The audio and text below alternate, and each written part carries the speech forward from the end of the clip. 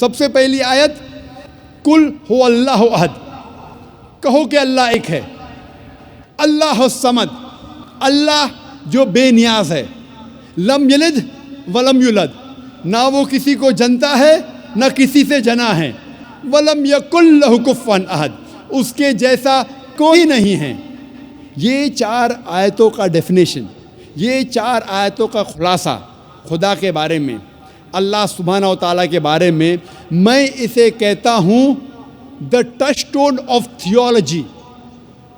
تھیو means God, logy means study.